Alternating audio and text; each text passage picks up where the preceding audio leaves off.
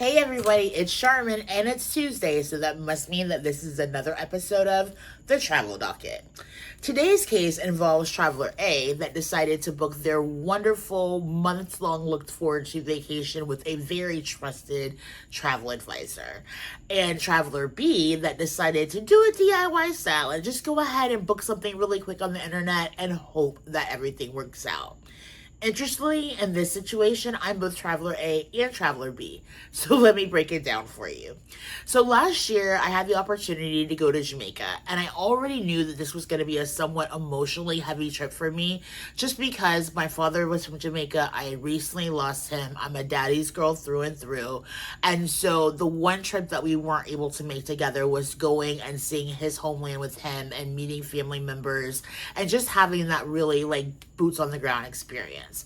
So I also had the opportunity to go with a group that I followed that was taking a group trip to Jamaica that I was really excited for as well. So I'm like two birds, one stone. You know, I'm all about that. And therefore, I booked my trip with the travel advisor. She said, pay the deposit this day, make these payments that day. Every time that I looked up, there was an email reminding me, have I checked my passport to make sure that it's going to be valid for the number of months required when I get ready to leave and when I get ready to come back. She made sure I knew about the transportation. She made sure that I knew about any, visas or anything that I would need from Jamaica, although you don't need visas in Jamaica. But she made sure that everything was handled to the extent that I basically was ready, set, and prepared to wake up on the day that I needed to fly out, get to the airport in time, and understand that everything else was taken care of. It was a seamless process. 3 weeks before I was getting ready to leave, my mother decides that, oh, I want to go too. Well, understanding, and I understand this a lot better now that I am a travel advisor, when you're talking about booking large groups, and we were talking about 150 people, when you're talking about booking large groups at destinations like this, you can't just slip somebody in at the last minute and be like, I just need to add this room and everything needs to be taken care of. There are months of planning that goes into this as far as blocking off the rooms, making sure that you can guarantee that they're going to be booked. Oftentimes you're using your own money to secure the rooms. So it's not just like, oh, I'm going to stay at the Holiday Inn. Yeah, of course you can come with me. You just get a plane ticket and you'll slip in the room with me. On top of that, I was trying to communicate with the hotel to see if I could figure it out from that angle. Like, hey, I'm going to be bringing an extra person. She doesn't need her own room. I just need to know what the expenses are for her to basically be a part of this all-inclusive resort. Because again, this isn't just booking a bed stay. This is all of your drinks, all of your food. You're being counted as like almost an entity. I couldn't get any clear answers. I couldn't get it figured out. And I couldn't get over the fear that I was going to have my 70-something-year-old mother fly across the country just to get somewhere and not have a place to lay her head and not be able to eat and have food to eat and drink and all of that stuff. So I had to come up with a plan.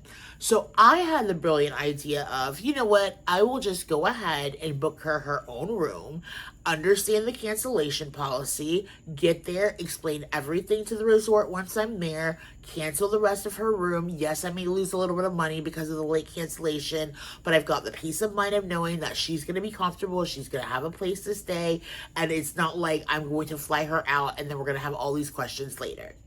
Because she decided to go at the last minute and we decided to go a few days earlier so that we could visit family and really spend time in the part of the country that my father is from, we decided to go ahead and book our own transportation, private transportation from Montego Bay Airport to our hotel, because I will warn you that if you're not familiar with Jamaica, unless you're staying in Montego Bay Central, which is where most of you will be flying into, I'm sure very few of you will be flying into Kingston.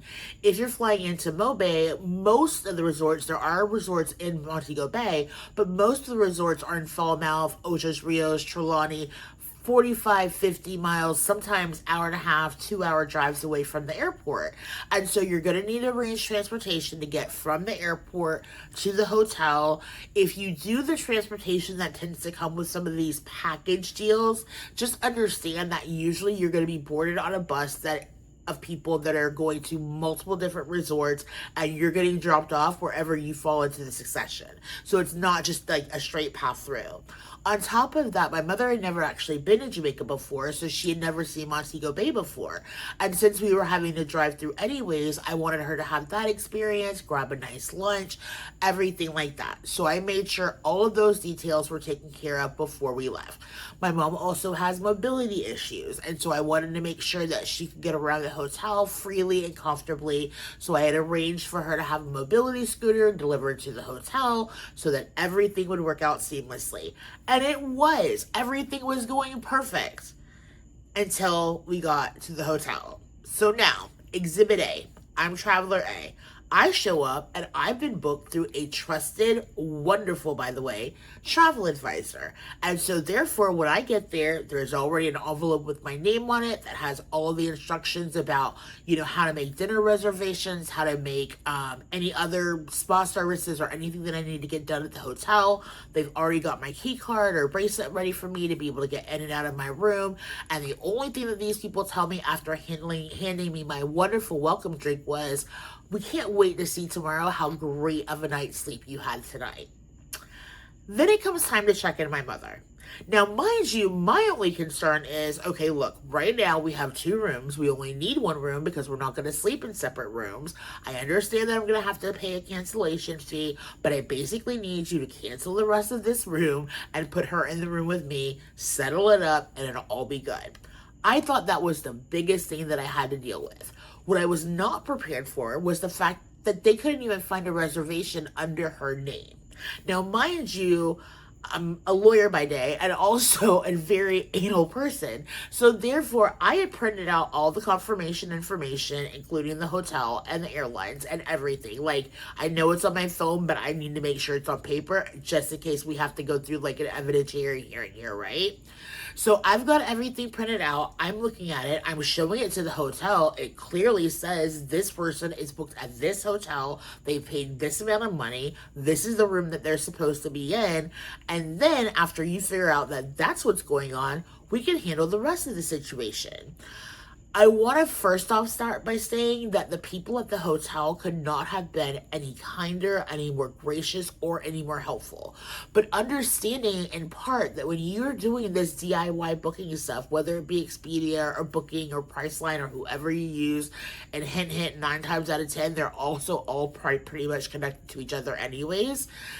It alleviates the ability for the hotel to be able to go in and change things on their end. In their mind, you're booked through a travel agent. It's just that that travel agent happens to be this multi-billion-dollar conglomerate. That's the first thing that I want you to understand. If you're booking on Expedia, if you're booking on Priceline, if you're booking on, Booking.com or what have you, you're still booking with a travel agent. There's still a commission being made because the commissions are built into the price of the tickets or the airfare or whatever it is already. It's just the difference between, are you working with someone that you can put a name and a face and a phone number with if you have problems, or are you going to be directed to a 1-800 number like I was, or a website like I was, or maybe you'll learn this information.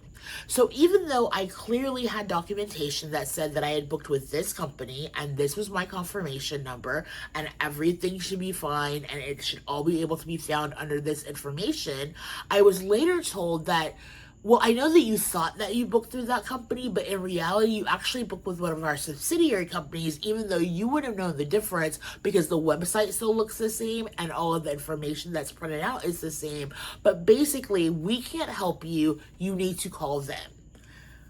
Who are they? I've never heard of these people before. I did not even know they existed until this point. But great, what am I going to do? I'm here now, and I'm in a situation where I've got 2 rooms for 2 people, one of which will be fully unoccupied the entire time that I'm there. So I've got to figure out something. Fine, I'm going to call whoever you tell me to call. Another hour goes by, I call the people that they tell me to call. Now, at first, they also can't find the reservation. So you don't have it. The person that I have paperwork that says has it doesn't have it. What do you expect me to do? After going back and forth, checking the email addresses, checking the names, checking the passport information. Oh, we found it. But we can't really manage it and we can't do anything about it. And so, hand to God, their advice was, you know what, just go ahead and let it be open the way that it is, and then get back to the States, and then we'll figure it out then. Huh? Yo, when you're talking about an all-inclusive resort, first of all, if you're going anywhere, it's not just a drop in the bucket. But we're talking about essentially an entire room that was not going to be occupied, that was not going to be used, and the people that I had booked it for and that had no complications taking my full payment for this room is now unable to assist me in any way of being able to deal with it. And because it belongs to a travel agent, the hotel can't do anything with it. Long and the short of the story is, basically, I was in Jamaica with my mom, who stayed in my room with me the entire time, and we had this other room that we never visited. We never opened the door. I don't know what was in the minibar, except that it was probably identical to mine, and never had the pleasure of enjoying that room whatsoever. And then, oh, by the way, when I got back to the United States, because at some point in these kind of processes, if you're like me, it's like, enough. I don't even care anymore. I don't want to deal with it. I don't want to talk to you. You're obviously not able to help me. The situation doesn't make sense, so I'm done with it. So when I get back to the United States, they're like, oh, well, you had a room. I mean, I'm sorry that you didn't go in there, but it was yours to go in there with, and you didn't cancel it, even though I think that you probably tried to cancel it, but we don't see that. So basically, have a nice life, and I hope that you had a great time. This is the difference between having a travel advisor that you know, that you can put a face with and a name with, and more importantly, an actual phone number and an actual email address with, versus these huge conglomerates that, again, are working with travel agents. They just so happen to be working under these companies. And when you have a problem, there is probably very few people, if anyone, there that is able to help you. Had this situation happened with my booking, I would have been able to call this one person that I've already have a relationship with, that I've already developed a relationship with, and she would have been able to handle it instead of me being on the phone for 3.5 hours, ruining the first part of my trip. And who wants to start vacation like that? So I say all of that to say this. If you're asking me what the verdict should be in this case, it definitely should be hire a travel advisor. Now, can I tell you that travel advisors are going to be able to get you better fees or better costs than what you may see online? No. Sometimes they can, sometimes they can't. But what I will say is that they will be able to walk you through the process, make sure everything's taken care of, and when there is a problem, they are your advocate. Just like if we're going into court, it's my job to represent you. If you're going on a trip, it's their job to represent you. And they will handle things seamlessly. They have relationships with partners that you're never going to know anything about. They have relationships with different companies and different businesses that you're never going to know anything about. They're actually able to do things for you that you probably didn't even know that they were doing. You ever got that mystery upgrade on a trip but you don't know where it came from?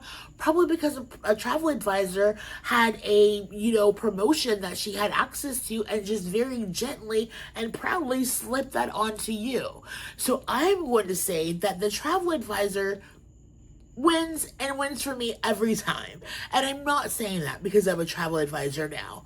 I'm saying that because the world has gotten so much more expansive. People are traveling every day. We're all going to all of these new exciting destinations. Not only does the travel advisor giving you peace of mind of knowing that that hotel that you're going to show up, God forbid, is not going to be like some roach infested hole in the wall somewhere. But if you're lucky, you're going to pick a travel advisor that maybe's gone to where you're going. I've been to Jamaica. I can give you a lot of tips and a lot of advice on that. I've been on Virgin Voyages several times. I can give you a lot of first-hand knowledge that, yes, you can go to the website, and you can even go to another website, another third-party website, and book it. But can they tell you why you should probably make sure that your first steak experience is at Pink Agave and not the Wake? Because the steak at Pico Gave is just better? Or can they tell you what the difference is between getting a bar tab and there not being a drink package? Or why Carnival may be the better ship for you in this situation and Virgin Voyages may be a better ship in another situation? Travel advisors are given specialized training to make sure that they make your vacation the one of your dreams. You never know how many opportunities you're going to have to travel the world. I hope you have endless ones. But that does mean that you need to make every one count. And if you can do that with more likely than not no additional expense to you, why wouldn't you? So, as I said, I believe that today the verdict is in favor of travel advisors. I hope that even if you don't decide to visit me over at SharminSeas.com and see everything that we have to offer or fill out our interest form and tell me exactly the trip of your dreams that you're looking to plan, that you will find someone. For example, I can't tell you anything about Alaska because I've never been there. And I don't really have any plans on going anytime soon. But I certainly can point you in the direction of someone that knows everything about Alaska, that can tell you exactly why you want to go to this restaurant versus the one that's listed generally to everybody on your cruise itinerary because it's the most popular spot. It may be the most popular, but is it where the locals go? Probably not. In this situation, our travel advisor is one, and I hope that you will take this information, truly consider it, and next time, pick a travel advisor to book the trip of your dreams. You always need to make sure that you do 3 things: sip, savor, and survive your journey your way in that order. Have a great day.